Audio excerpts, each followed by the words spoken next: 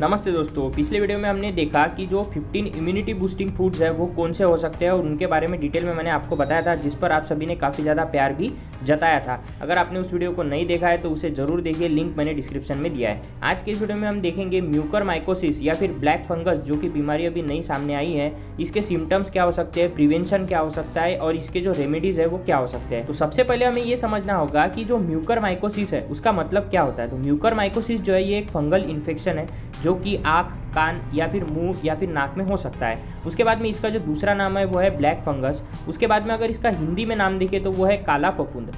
अब जो भारत की सरकार है उनकी जो मेडिकल रिसर्च है यानी कि ICMR है, उन्होंने क्या कहा है, तो जो रोगी होते हैं यानी कि जो पेशेंट होते हैं जो कोविड-19 से रिकवर कर रहे हैं उनमें ये जो रोग है ये पाया जा रहा है, ऐसा उनका कहना है। उसके बाद में अगर हम इसके कॉजेज देखें यानी कि ये बीमारी होती किसे है और क्यों होती है, तो जो भारत की हेल्थ मिनिस्ट्री है उन्होंने यही कहा है कि जो भी पेशेंट जिन्हें कोविड हुआ था, जो कोविड से रिकवर कर रहे हैं या फिर रिकवर हो चुके हैं, उनको ये बीमारी हो सकती है। या फिर उन्होंने और डिटेल में ये कहा है कि जिन पर ऑक्सीजन थेरेपी हुई है यानी कि जो पेशेंट ICU में एडमिट थे और उन पर ऑक्सीजन थेरेपी का इस्तेमाल हुआ, क्योंकि वहाँ पर जो है ह्यूमिडिफायर जो यूज़ किया जाता है वो काफ़ी रिस्क पर होता है। उसके बाद में उन्होंने ये भी कहा है कि स्टरलाइट वाटर जो है उसका इस्तेमाल करना चाहिए ऑक्सीजन जब हम देते हैं तब।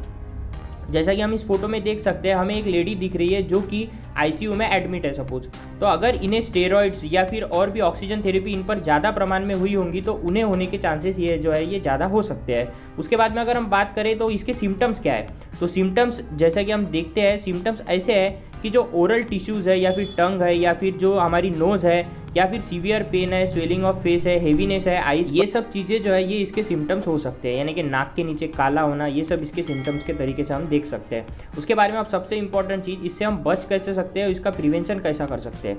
तो सबसे इंपॉर्टेंट चीज़ जो है वो ये है कि जो सबसे ज़्यादा केसेस पाए जा रहे हैं वो पाए जा रहे हैं दांत में या फिर आँखी में या फिर नाक में। तो दांत के लिए जो डेंटिस्ट है उन्होंने क्या कहा है उसे हम देखते हैं। डेंटिस्ट ने जो है इस पर 3 प्रकार के जो है वो रेमेडीज़ या फिर जो प्रिवेंशन है वो बताया है। उन्होंने ये कहा है कि जो टूथब्रश है वो इन्फेक्टेड नहीं होना चाहिए। उसके बाद में जो टंग क्लीनर है उसका इस्तेमाल हमने करना चाहिए, ऐसा उन्होंने कहा है। उसके बाद में उन्होंने ये भी कहा है कि जो पेशेंट रिकवर हो चुके हैं उन्होंने उनका जो टूथब्रश है वो वही जगह पर नहीं रखना चाहिए जहाँ पर बाकी के फैमिली मेम्बर भी वहाँ पर रखते हैं। यानी कि कहीं ना कहीं जो टूथब्रश वो यूज़ करते हैं वो अलग जगह पर रखना चाहिए। और जो खास करके जो टूथब्रश उन्होंने कोविड के पीरियड में यूज़ किया था उसे नहीं यूज़ करना चाहिए, नया टूथब्रश यूज़ करना चाहिए, ऐसा उन्होंने कहा है। उसके बारे में जो दूसरी रेमेडी उन्होंने बताई है वो बताई है ओरल रिंजिंग की। यानी कि कहीं ना कहीं हमें जो हमारा जो दांत है या फिर हमारा जो मुंह है उसे साफ करना जरूरी है 2 से 3 बार। उसके बाद में अब सबसे इंपॉर्टेंट चीज़, आखिर जो डेंटिस्ट है वो ओरल हाइजीन के लिए इतना क्यों कह रहे हैं। तो जैसा कि हम जानते हैं जो भी पेशेंट कोविड से रिकवर होता है उसके जो बॉडी है यानी उसके जो दांत है, टीथ है, वहाँ पर जो है स्टेरॉइड्स का जो है काफ़ी ज़्यादा बैक्टीरिया जो है या फिर फंगस जो है वो इस्टेब्लिश हो सकता है। इसके लिए जो है उसके लिए साइनस बीमारी भी हो सकती है जो कि नाक में होती है, लंग्स से बीमारी हो सकती है, ब्रेन से बीमारी इसीलिए डॉक्टर्स का ये कहना है, डेंटिस्ट का, कि 2 से 3 बार जो है वो ब्रश का इस्तेमाल करें, यानी जो इन्फेक्शन है वो हमारे बॉडी में नहीं फैलेगा।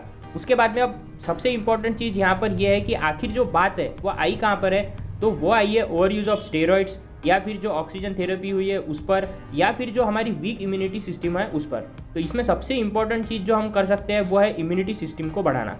तो अगर आपने मेरा 15 इम्यूनिटी बूस्टिंग वाला फूड का वीडियो नहीं देखा है तो उसे ज़रूर देखिए, जिसमें आपको ये समझेगा कि हम हमारे बॉडी की इम्यूनिटी जो है वो हमारे जनरल जो हाइजीन होता है या फिर जनरल जो रूटीन होता है उसमें कैसे बढ़ा सकते हैं। और अगर हमारी इम्यूनिटी जो है बॉडी की वो बढ़ी हुई रहेंगी तो हमें कोरोना नहीं होगा, कोरोना नहीं होगा तो रिकवरी की बात ही नहीं आएगी, और रिकवरी की बात नहीं आएगी तो ब्लैक फंगस या फिर म्यूकरमाइकोसिस होने के चांसेस जो है वो भी काफ़ी ज़्यादा कम हो जाएंगे।